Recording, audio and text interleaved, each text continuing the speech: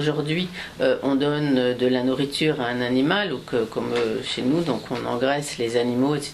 On les nourrit pendant un certain temps. Et si, en fait, si c'est demain pour les emmener à l'abattoir, les animaux n'ont pas du tout conscience de cela. Ils en sont totalement ignorants.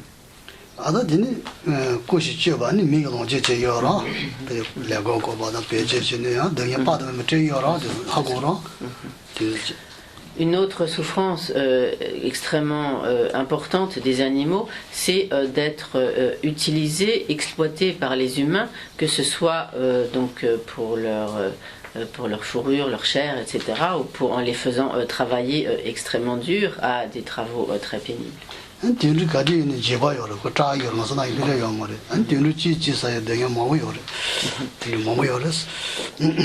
outre, les animaux souffrent continuellement de la peur, en particulier du fait que les animaux s'entre-dévorent et que donc ainsi les animaux qui sont la proie des prédateurs donc souffrent continuellement de la crainte de leurs prédateurs.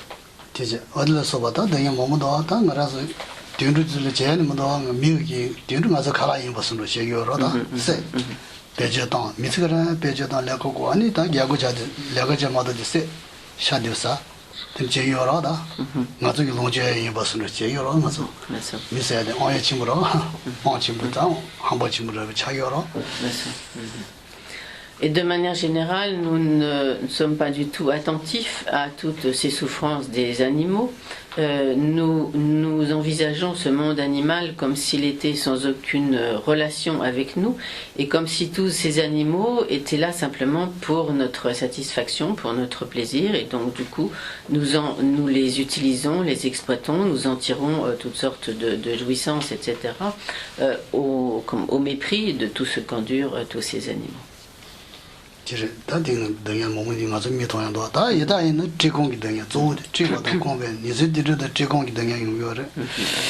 Et pourtant, donc, si nous y sommes attentifs, ces souffrances des animaux sont tout à fait manifestes.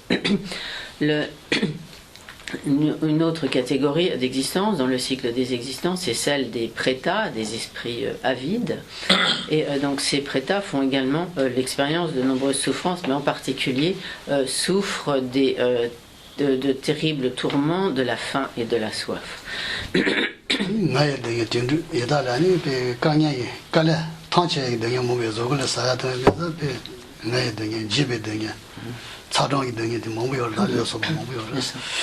Mais donc ces prétas font également l'expérience des souffrances de la peur, des souffrances donc de l'épuisement, dans la mesure où ils ne trouvent pas à manger ni à boire. Ils font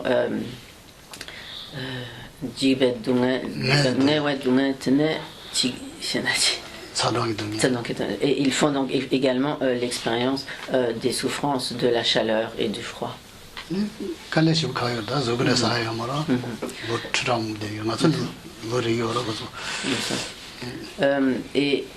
Mais en particulier, donc, ces êtres souffrent de l'épuisement provenant du fait que pendant des temps extrêmement longs, ils ne trouvent rien à manger.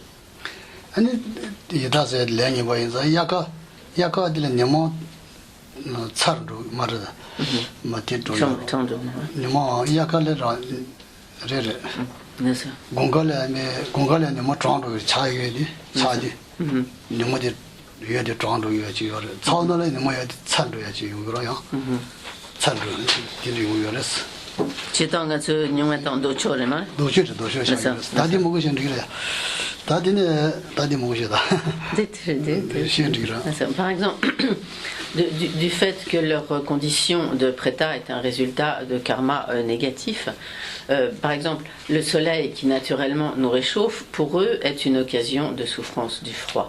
Et la fraîcheur qui pourrait donc ce qui pour nous soulage notre tourment de la chaleur, l'expérience de fraîcheur, quand il n'y a pas de soleil ou autre. Au contraire, pour eux, cela est l'occasion de faire l'expérience de souffrir de la chaleur.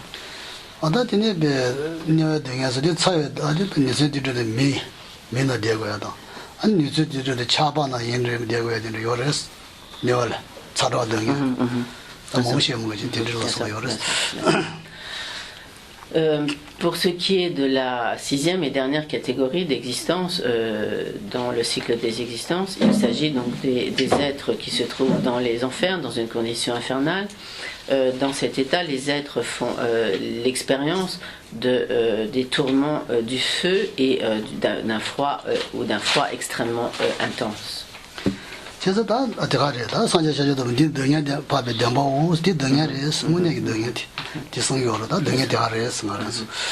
Donc ainsi, lorsque le Bouddha a énoncé ceci est la noble vérité de la souffrance, c'est toutes ces souffrances qu'il souligne et par cela il montre que toutes ces souffrances sont la réalité de ce dont font l'expérience tous les êtres du cycle des existences.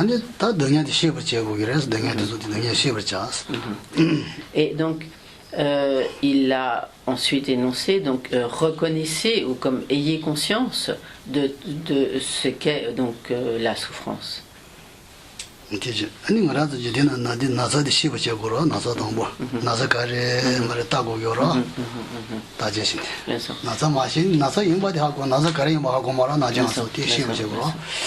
donc, il est effectivement très important d'identifier vraiment la nature de la souffrance, de la même manière que si nous souffrons d'une maladie, le simple fait de nous sentir malades, cela ne va pas nous aider beaucoup, mais il va être important alors de pouvoir poser un bon diagnostic sur cette maladie.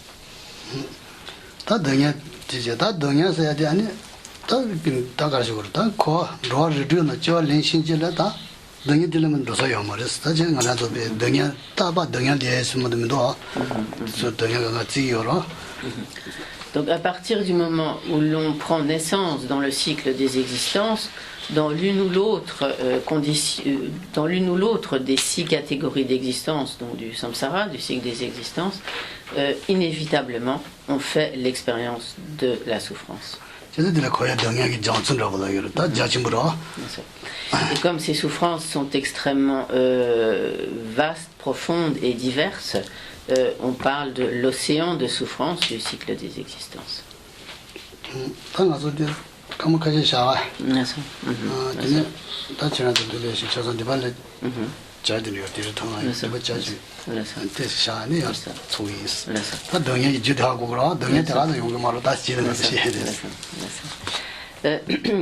Donc nous allons faire une petite pause. Donc nous allons faire une petite pause. Donc Geshe-la a apporté du thé. Et nous reprendrons ensuite et Geshe-la va expliquer. Donc il faut bien voir que toutes ces souffrances ne se produisent pas sans cause et nous verrons en fait quelles sont les causes de toutes ces souffrances. Donc voilà, nous avons Geshe-la encore beaucoup de choses à dire, donc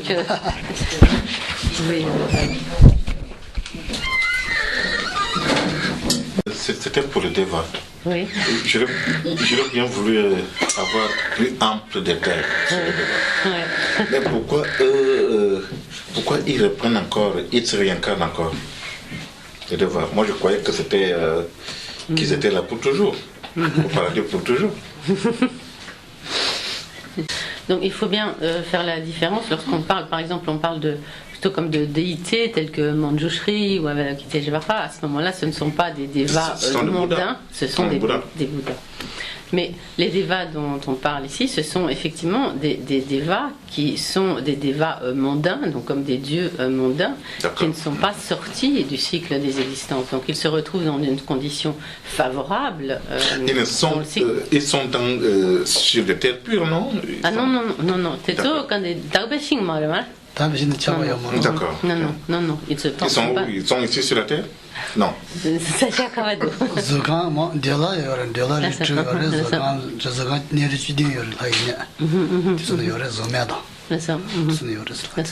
Donc il y a beaucoup de subdivisions parmi les dévas, les dieux, Donc il y a des dieux qui font partie de ce qu'on appelle du monde du désir, dont les humains, les animaux font également partie. Et puis il y a des dévas du monde de la forme et les dévas du monde sans forme.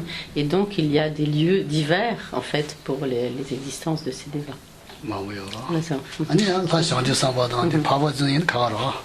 Et lorsqu'on parle donc des... Mais si l'on parle comme de dévas ou de déités qui sont comme des aryas ou des bodhisattvas, à ce moment-là, c'est un cas de figure différent. Et les asuras alors, qui sont jaloux des devas? Pardon, oui. Oui. Donc c'est quoi votre question? Ils sont comment? Ce sont des démons, ce sont des diables? Non. C'est ça. Puisqu'ils n'ont pas les mêmes avantages que les devas. Alors, ils sont en quelque sorte comme intégrés au monde des devas, mais c'est un peu comme des devas inférieurs, disons, dans la mesure où ils n'ont pas des conditions d'existence aussi plaisantes et aussi agréables que les devas. Le monde de la forme et le monde de sans forme ne concernent que les débats.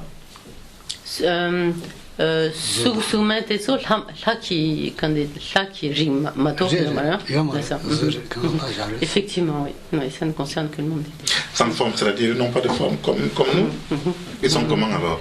Ils n'ont effectivement pas de corps grossier comme nous, mais donc ils ont une conscience et comme ils ont le corps de lumière, c'est ça? Ils n'ont pas en fait de corps formel, ils ont seulement une conscience en fait.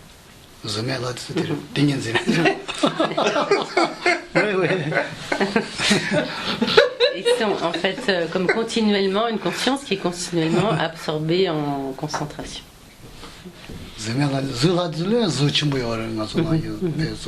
Les devas ont une forme quand même? Oui, les devas du monde de la forme, par exemple, ont une forme. Oui. Donc là, on parle des devas du monde sans forme. Et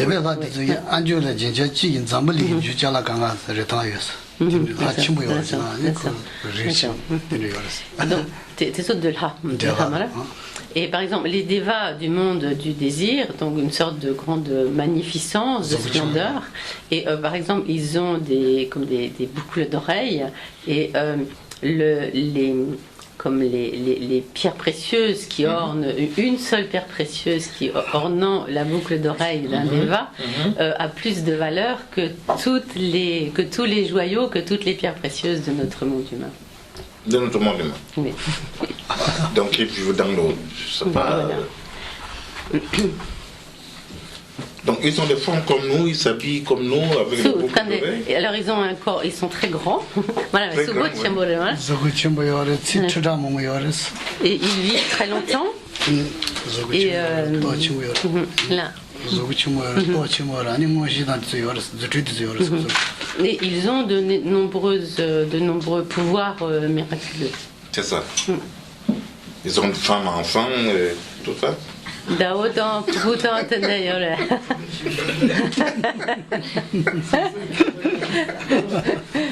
mais c'est vrai que c'est des bonnes questions.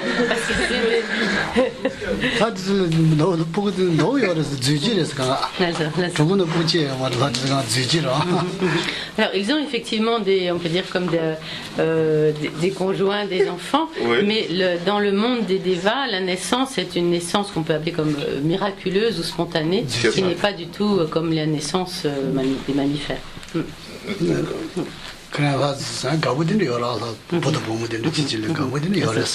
Donc il y a comme en quelque sorte comme des relations amoureuses entre les devas, mais donc la naissance est une naissance, disons, comme miraculeuse ou spontanée.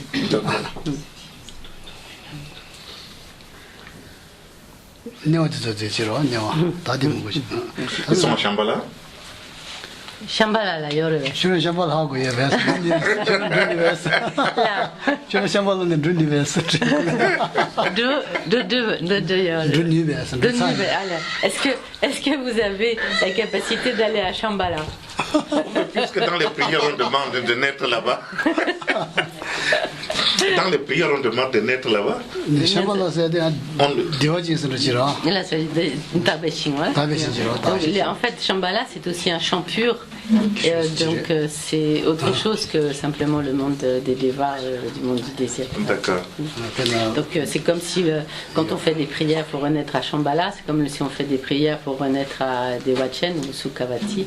Donc c'est pour renaître dans des champs purs et c'est autre chose que de renaître dans les mondes des dieux et des dévas.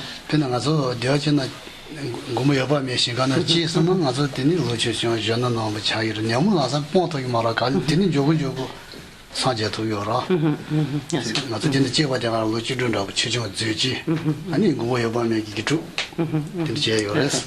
Donc par exemple, si l'on prend naissance dans le champ pur de Dewachen, de Sukhavati, on y prend une Zukiemole, on y prend une naissance sous un mode comme miraculeux ou spontané, et à ce moment-là, on est directement avec un corps de 16 ans, de l'âge de 16 ans, et à ce moment-là, et on demeure donc avec un corps jeune continuellement, tant qu'on demeure dans ces champs purs. Et par exemple, si l'on prend donc renaissance dans le champ pur de Dewachen, on est alors, Dewachen qui est donc le champ pur d'Amitabha, à ce moment-là, on est comme on est le disciple direct d'Amitabha. Et alors bien sûr, on n'a pas automatiquement abandonné tous les facteurs perturbateurs de l'esprit du simple fait de renaître dans Dewachen, mais grâce au fait que l'on se trouve dans ce lieu, qu'on est le disciple direct d'Amitabha, à ce moment-là, on peut obtenir l'éveil d'un Bouddha très rapidement.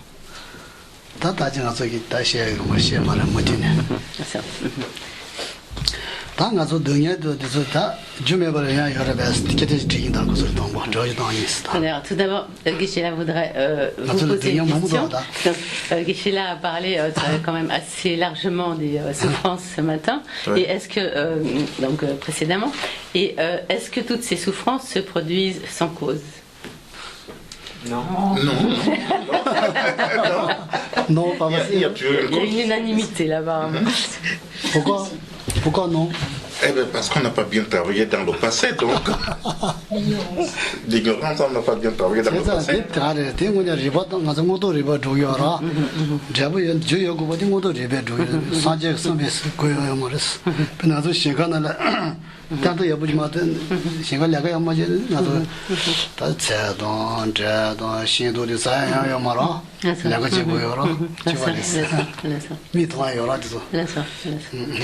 Donc effectivement, le fait qu'un résultat ne puisse pas se produire sans cause, cela étant disons comme un raisonnement comme de force, disons comme probante, et en fait on n'a pas besoin pour cela de se référer aux sources textuelles et aux enseignements du Bouddha, d'avoir comme en quelque sorte foi en les enseignements du Bouddha pour admettre le fait que les résultats se produisent en dépendance de cause et qu'il n'y a pas de résultat sans cause.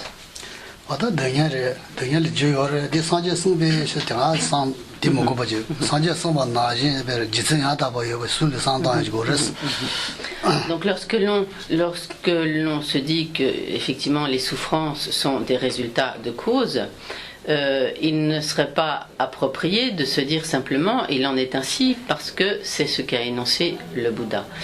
Sur la base de cet énoncé, il faut alors réfléchir, appliquer des raisonnements, des analyses pour constater qu'il en est, pour arriver donc à en conclure qu'il en est effectivement ainsi.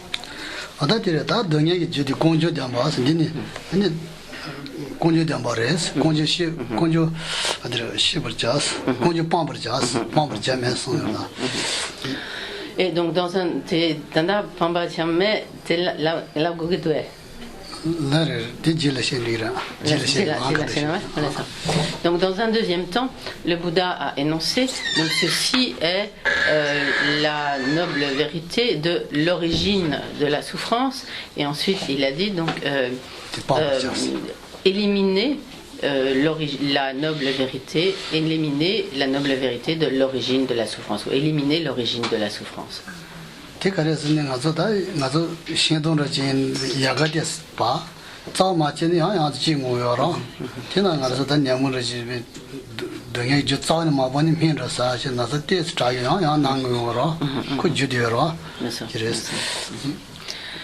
Donc, ce qui a été énoncé ainsi par le Bouddha, donc éliminer les causes ou l'origine de la souffrance est extrêmement important. En effet, si par exemple s'il y a un arbre dont on veut comme se débarrasser, si on ne fait que couper les branches, alors l'arbre va continuer à repousser tant que l'on n'aura pas éliminé la racine. C'est la même chose que si l'on est malade, si l'on prend simplement un médicament qui va empêcher la manifestation de la douleur mais qui ne guérit pas la maladie, donc la maladie demeure et on peut simplement apaiser momentanément la souffrance, mais cela ne va pas permettre de guérir la maladie.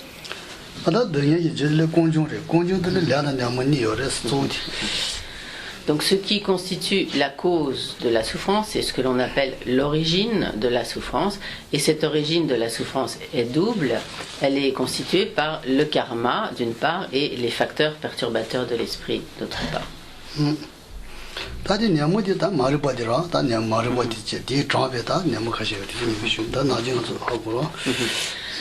Donc parmi pour ce qui est de l'origine constituée par les facteurs perturbateurs de l'esprit, ce qui est essentiel parmi ces facteurs perturbateurs de l'esprit, c'est l'ignorance, car c'est de l'ignorance que découlent tous les autres facteurs perturbateurs.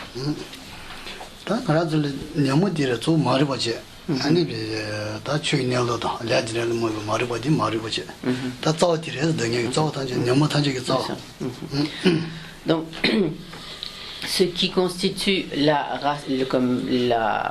l'ignorance en tant que racine du cycle des existences et racine de tous les facteurs perturbateurs de l'esprit, c'est donc d'une part l'ignorance qui est comme aveuglée ou ignorante à l'égard du véritable mode d'existence des phénomènes, et c'est également l'ignorance qui ignore donc la loi du karma, la loi de cause à effet des actions.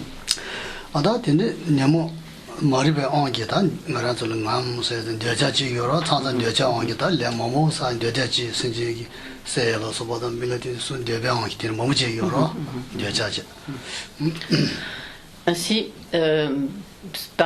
sous l'emprise de l'ignorance, de cette racine qui est l'ignorance, de nombreux autres facteurs perturbateurs de l'esprit vont apparaître. Par exemple, sous l'emprise de l'ignorance, on va apparaître donc le désir, l'attachement. Sous l'emprise de ce désir-attachement, on va par exemple nuire à d'autres êtres ou comme tuer d'autres êtres, etc. Ou accomplir de nombreux autres actes négatifs sous l'emprise de cet attachement.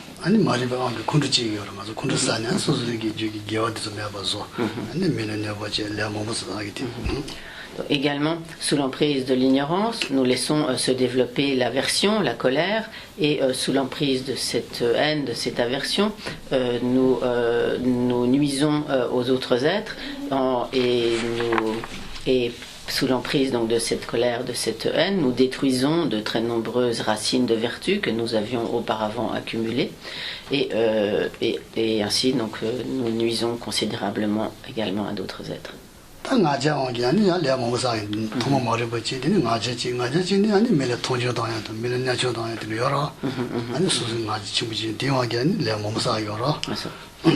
Et donc, ainsi, donc, sous l'emprise de ces facteurs perturbateurs de l'esprit, nous accumulons de très nombreux karmas négatifs. Il en va de même donc de l'orgueil qui apparaît également sous l'emprise de l'ignorance.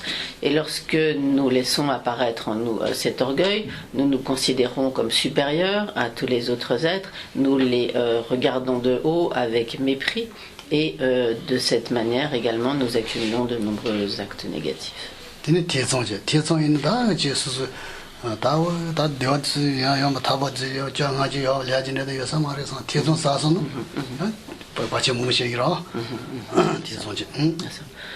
Sous l'emprise de l'ignorance, également, nous laissons apparaître le doute, et sous l'emprise de ce doute, donc nous nous disons, mais peut-être qu'il n'y a pas de naissance passée et future, peut-être qu'il n'y a pas d'obtention de la libération du cycle des existences. tes hommes qui vont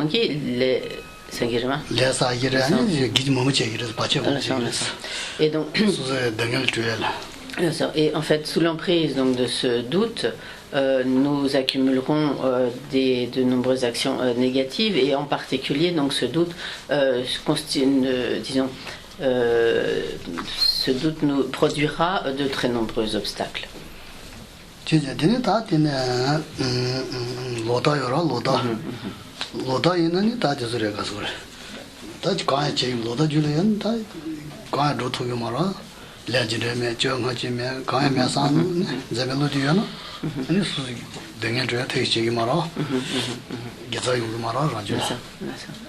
Donc également sous l'emprise de l'ignorance, nous laissons se développer les vues fausses qui par exemple vont nous faire nous amener à affirmer qu'il n'y a pas de naissance passée et future, pas de loi de cause à effet des actions, pas de libération, etc.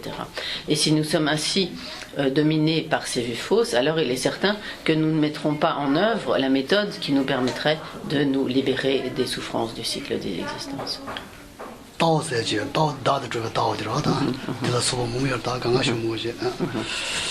Et donc, pour des autres,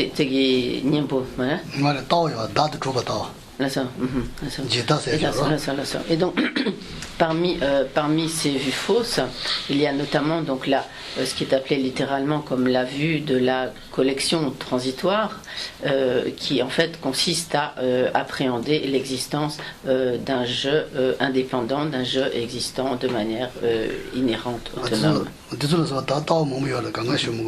Donc il y a ainsi de très nombreuses vues fausses.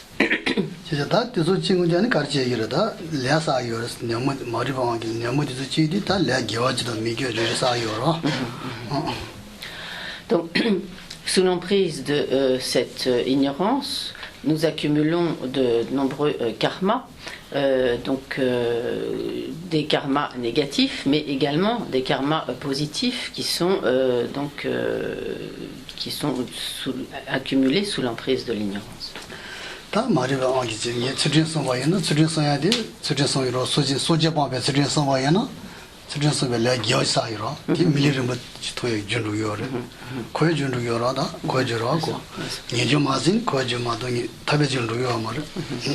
Donc par exemple, il se peut que nous nous appliquions à l'observance de l'éthique et grâce à cette observance de l'éthique, nous pourrons obtenir une précieuse renaissance humaine. Néanmoins, cette observance de l'éthique, si elle n'est pas sous-tendue par le renoncement au cycle des existences, alors elle ne pourra constituer qu'une cause de renaissance dans le cycle des existences, de renaissance favorable certes, mais de renaissance dans le cycle des existences.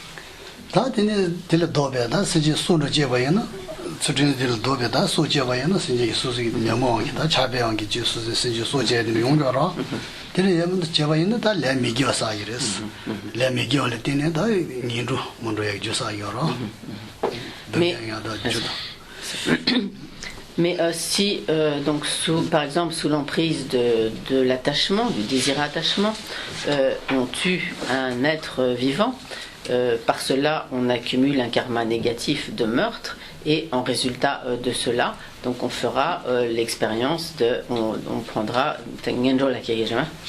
en résultat de cela, on renaîtra dans un état d'existence inférieure où l'on sera soumis à toutes les souffrances des états d'existence inférieure.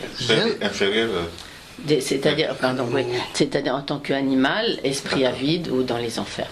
D'accord.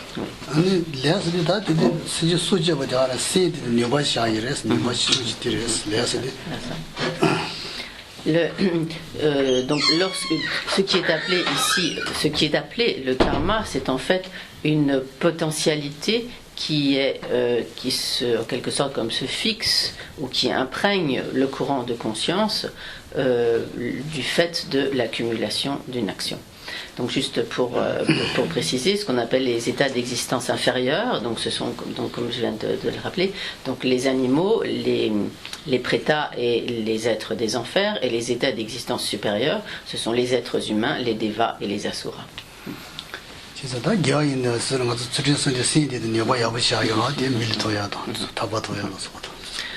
Donc pour ce qui est du karma, par exemple, donc si nous nous appliquons à l'observance de l'éthique, par cela nous déposons sur notre courant de conscience une empreinte, une potentialité positive qui donnera pour résultat une renaissance humaine.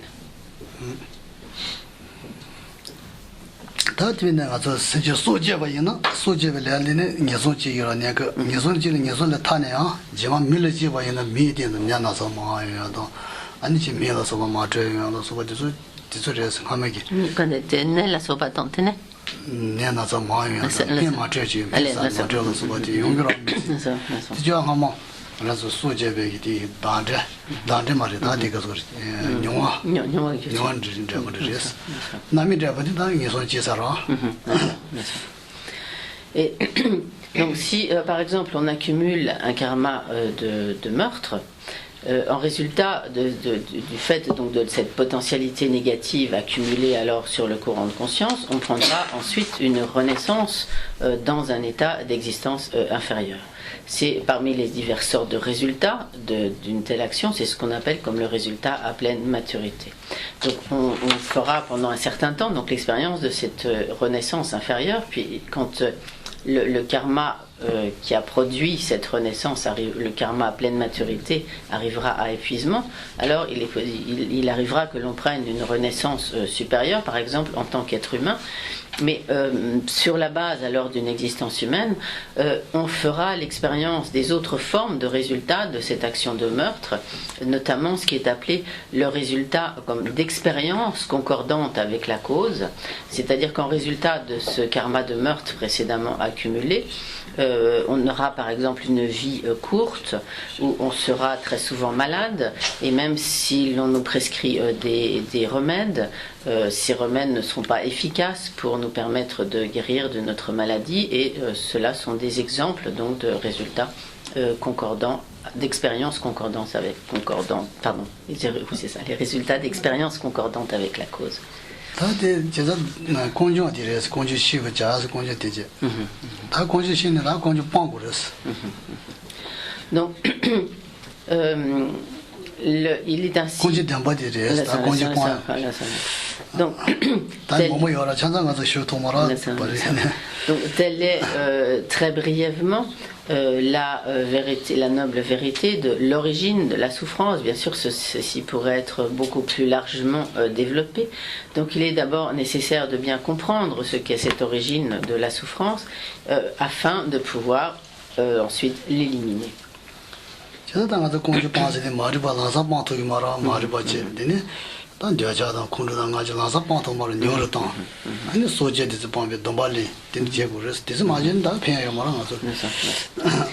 Donc pour ce qui est comme d'abandonner ou d'éliminer l'origine de la souffrance, nous ne pouvons pas comme instantanément éliminer l'ignorance et éliminer tous les facteurs perturbateurs de l'esprit.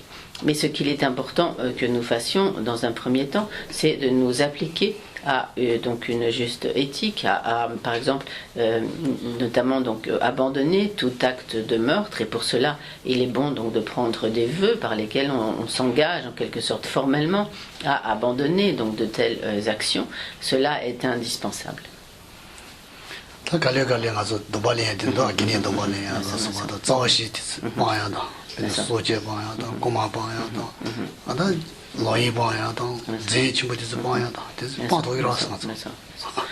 Donc, bien que nous ne puissions pas effectivement d'un seul coup éliminer tous les facteurs perturbateurs de l'esprit et l'ignorance, il est important de faire en sorte de les faire régresser progressivement, et donc pour cela, donc, nous tirerons notamment un grand bénéfice des vœux et engagements que l'on peut prendre, et même tout en étant donc laïque. On peut prendre notamment les 4 sortes de vœux racines qui constituent, donc qui sont vraiment un engagement à abandonner tout ce qui le fait de détruire la vie, donc abandonner le meurtre, abandonner ce qu'on appelle des grands mensonges.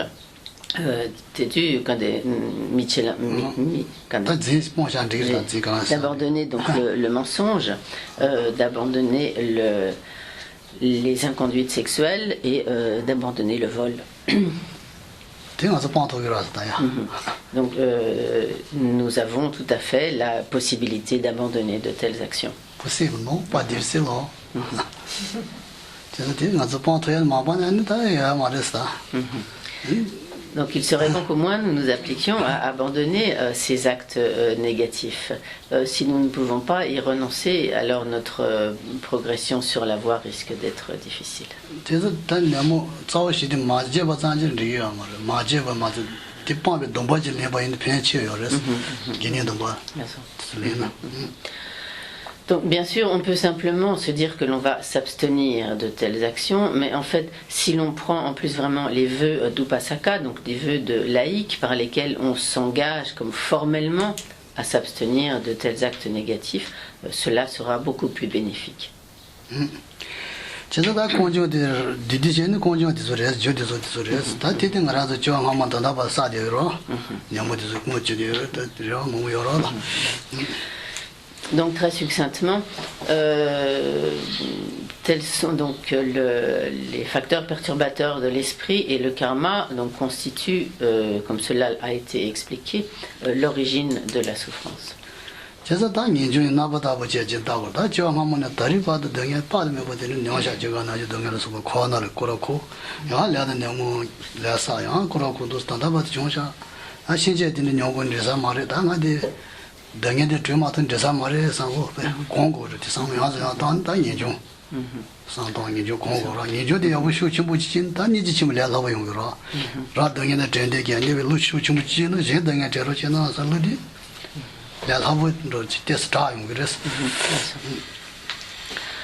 Donc il serait bon d'utiliser tout ce qui a été expliqué ici concernant la vérité de la souffrance et la vérité de l'origine de la souffrance, d'utiliser donc tout cela pour nos réflexions et de prendre ainsi conscience que depuis des temps sans commencement, sous la domination de l'ignorance et des facteurs perturbateurs de l'esprit, nous avons pris un nombre incalculable de naissances dans le cycle des existences et que tout au long de ces existences, nous avons été continuellement soumis à toutes sortes de souffrances, dans toutes les formes de souffrance, dans tout le cycle des existences, dans toutes les catégories d'existence, et ceci depuis des temps infinis, et que si nous ne faisons pas...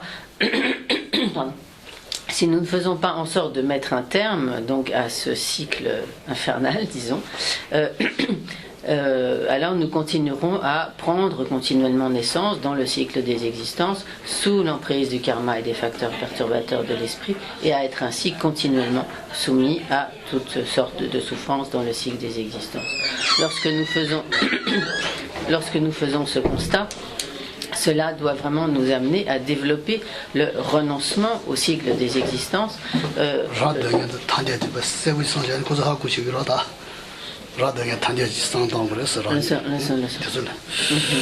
Et donc, en souhaitant avec donc une très forte détermination nous libérer du cycle des existences, obtenir donc vraiment la libération. Si nous arrivons à développer pour nous-mêmes ce renoncement au cycle des existences, cette aspiration à la libération, alors par la suite, si nous voulons développer la grande compassion à l'égard des autres, il sera beaucoup plus facile de développer cette grande compassion.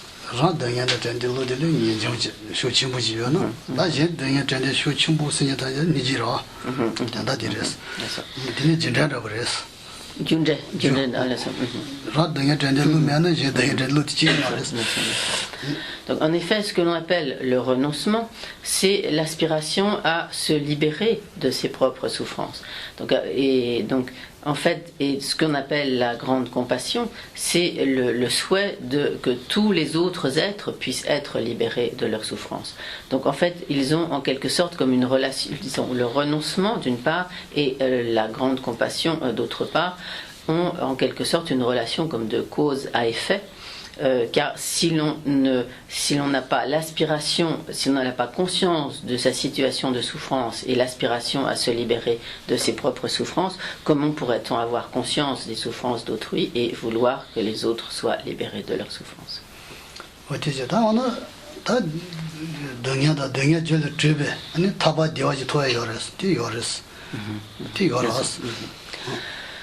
Or, il existe une libération du cycle des existences qui consiste à donc se libérer de la souffrance et des causes de la souffrance.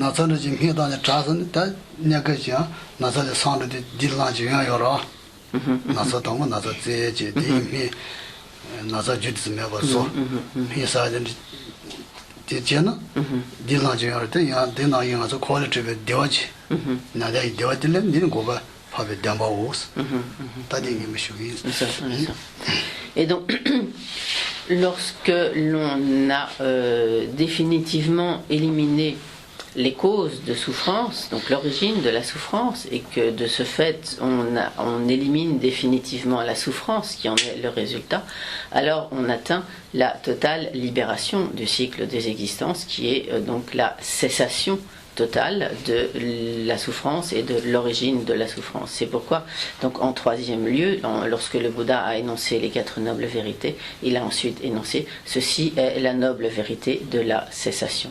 C'est un peu comme lorsque, si l'on est malade, donc tout d'abord... Donc si l'on est par exemple atteint d'une grave maladie, donc dans un premier temps, bien sûr, on est conscient de sa maladie, mais ensuite il faut bien comprendre quelle est la cause de la maladie, que le bon diagnostic soit posé, et ensuite que l'on applique le traitement approprié. Et donc si l'on arrive à totalement guérir de cette maladie, alors c'est un peu comme si l'on avait atteint une forme de cessation, donc là nous sommes alors libérés de la maladie. Et donc cela est un parallèle donc avec cette vérité de la cessation qui est la libération, qui est là donc par contre la libération définitive de la souffrance et des causes de la souffrance. Donc,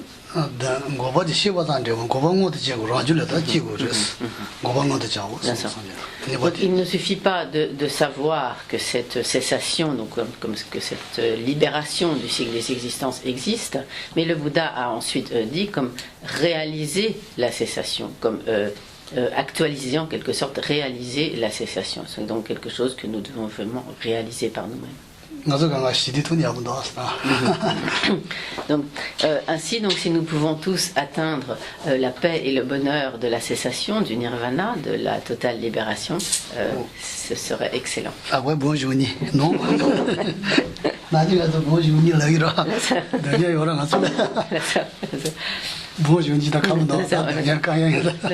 Donc en général, nous nous souhaitons tous bonjour, mais en fait c'est difficile d'avoir vraiment de passer vraiment une bonne journée parce qu'il y a toujours quelques souffrances ou quelques problèmes ou difficultés qui vont venir dans la journée. Bonjour, difficile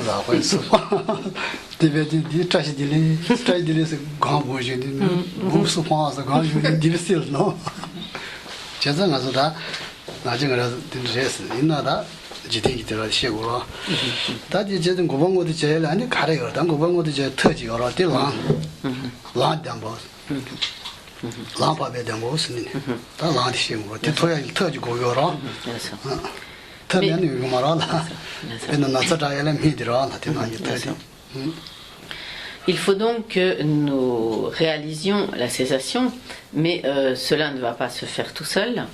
Pour cela, il faut, comme de la même manière qu'on applique le remède, qu'on absorbe le remède, qu'on suit un traitement, alors il faut s'appliquer à la pratique du chemin. C'est pourquoi, donc, en 4e lieu, le Bouddha a énoncé « Ceci est la noble vérité du chemin ». Donc,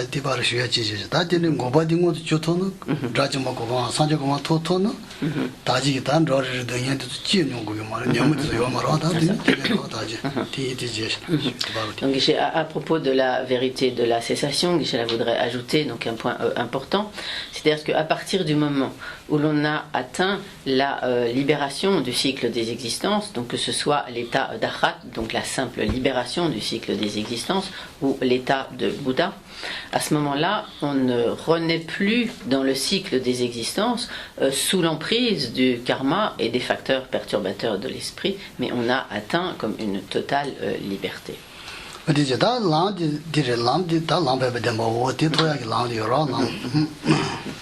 Donc la 4e noble vérité est la vérité du chemin.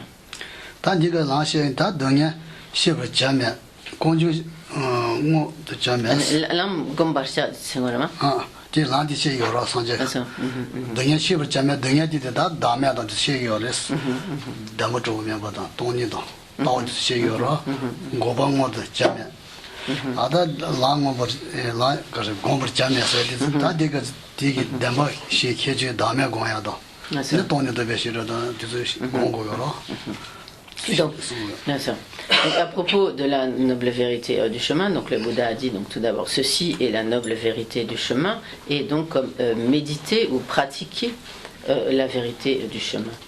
Ensuite, donc le Bouddha a également ajouté à propos de la noble vérité de la souffrance, donc comme nous l'avons dit, ceci est la noble vérité de la souffrance, identifier la noble vérité de la souffrance, et finalement, en troisième lieu, il a ajouté identifier la noble vérité de la souffrance, mais il n'y a rien à identifier.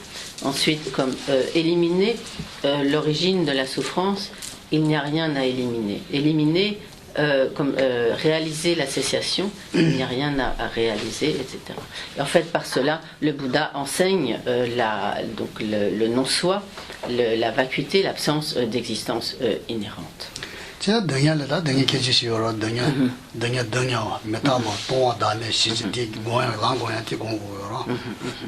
Et donc, lorsque l'on médite donc le chemin, il est nécessaire donc de faire apparaître en soi cette réalisation de la vacuité, donc du non-soi. À propos de la noble vérité et de la souffrance, on distingue 4 caractéristiques qui sont donc l'impermanence, la souffrance, le vide et le non-soi.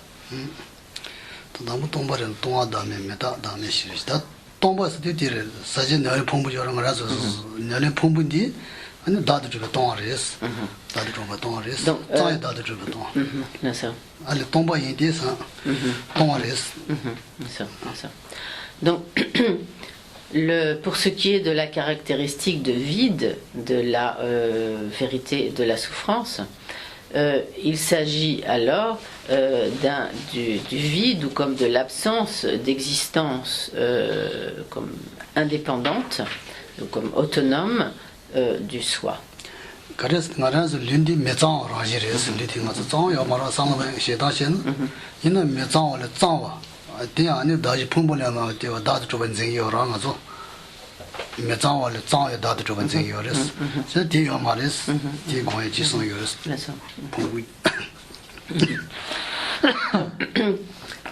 Précisément, donc c'est le vide d'existence.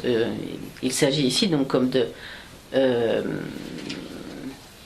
réaliser comme l'absence d'existence en soi d'un je que nous considérons habituellement comme un pur, dans la mesure où nous considérons nos agrégats comme étant de nature pure et de nature comme indépendante.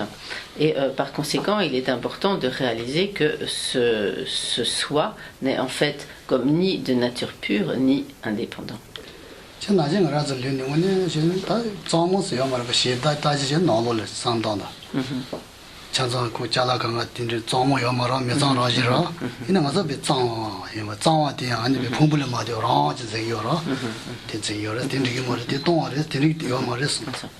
Donc en effet, de manière générale, nous considérons ce corps comme étant quelque chose de pur.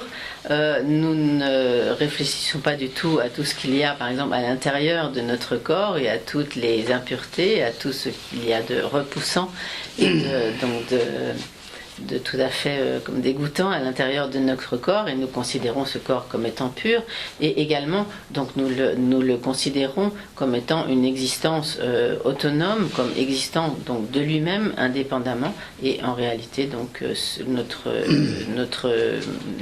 notre existence est dénuée d'une telle existence autonome indépendante. Non.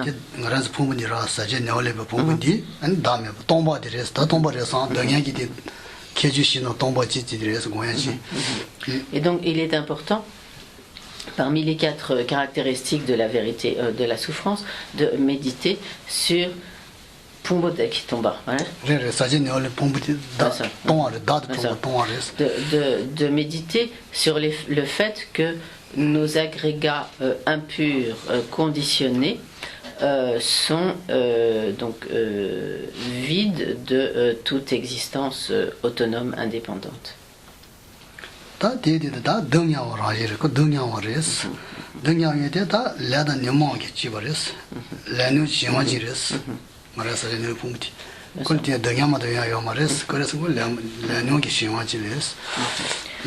Donc là, une deuxième caractéristique de la vérité de la souffrance, c'est que nos agrégats impurs conditionnés sont, disons, souffrance ou comme de la nature de la souffrance parce qu'ils sont produits par la force du karma et des facteurs perturbateurs de l'esprit.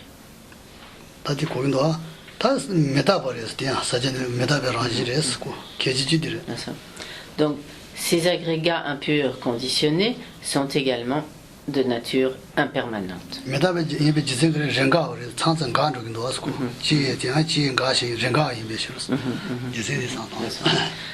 Ils sont de nature impermanente car ils sont donc de nature comme transitoire, temporaire, n'ont pas la capacité de demeurer comme immuables.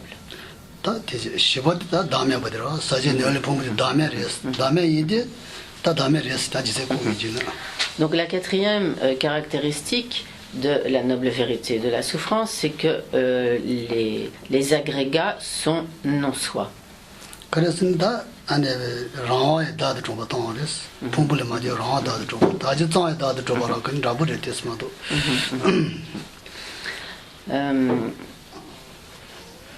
Et donc ici, donc le non-soi est très voisin de ce qui a été dit à propos donc de la caractéristique de vide, à savoir donc que les agrégats sont dépourvus donc d'existence en soi et qu'ils donc n'existent et qu'ils ne sont dépourvus d'une existence indépendante. Ce qui avait été énoncé donc à propos de la nature donc comme vide des agrégats impurs conditionnés, c'était notamment qu'ils étaient vides de pureté et vides d'existence indépendante.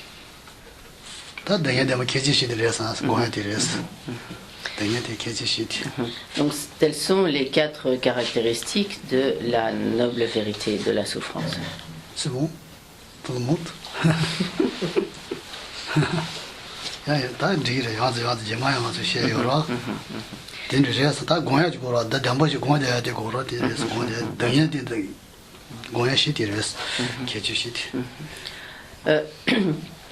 Donc nous aurons l'occasion, enfin Geshe-la aura l'occasion de revenir donc sur ces points de manière plus détaillée, mais il faut bien voir que tout ce qui est énoncé à propos des 4 nobles vérités doit faire l'objet de la méditation.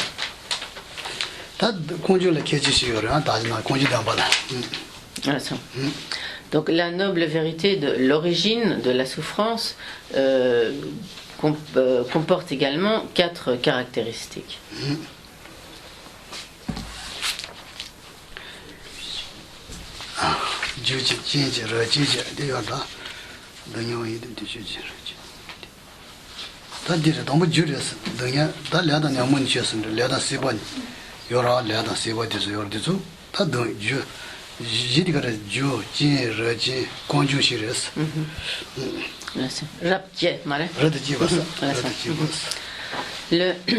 Les 4 caractéristiques donc, de l'origine de la souffrance sont donc cause,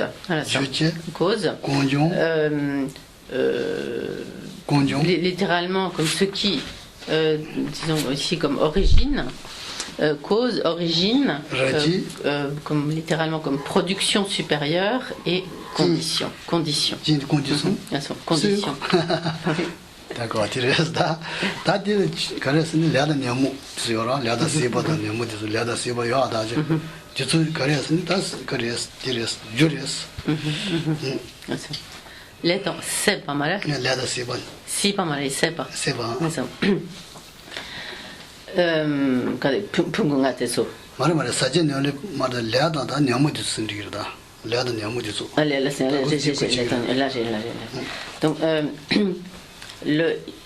alors l'origine de la souffrance est cause parce qu'elle est constituée notamment donc par le karma et par, disons, parmi les 12 liens de la production interdépendante, ce que l'on appelle comme la soif ou l'avidité. 다 주인데 그 주인 남바인데 등에지 자와레스 그 등에지 자와 등에 주주들에스 이게 싫었습니다. Elle est cause. Pour quelle raison est-elle cause? Parce qu'elle est la racine